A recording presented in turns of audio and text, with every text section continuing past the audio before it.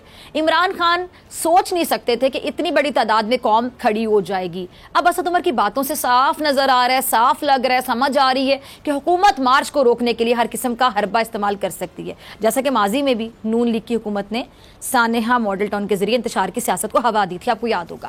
اب اسی لیے ماضی کو دیکھتے ہوئے اس حکومت سے کچھ امید نہیں کہ وہ عمران خان کے مارچ کو روکنے کے لیے اوچھے کنڈوں پر اتر آئے، لیکن عمران خان نہ ڈرنے والے ہیں نہ پیچھے ہٹنے والے ہیں، کیونکہ عمران خان کو یہ بات بخوبی اگر حکومت کچھ دن اور رہی تو ملک کی معیشت کا بیڑا غرق ہو جائے گا۔ اچھا، مریم اورنگزیب کچھ کہہ رہی ہیں معیشت کے حوالے سے، ذرا سنیے گا۔ سنا آپ نے مریم اورنگزیب کو۔ ناظرین، مریم کی باتوں سے صاف لگ رہا ہے، نظر آ رہا ہے، سمجھ آ رہا ہے کہ ان کی حکومت کی جو معاشی ٹیم ہے وہ شاید اس قابل نہیں ہے کہ وہ ملک کی معیشت کو سنبھال سکے۔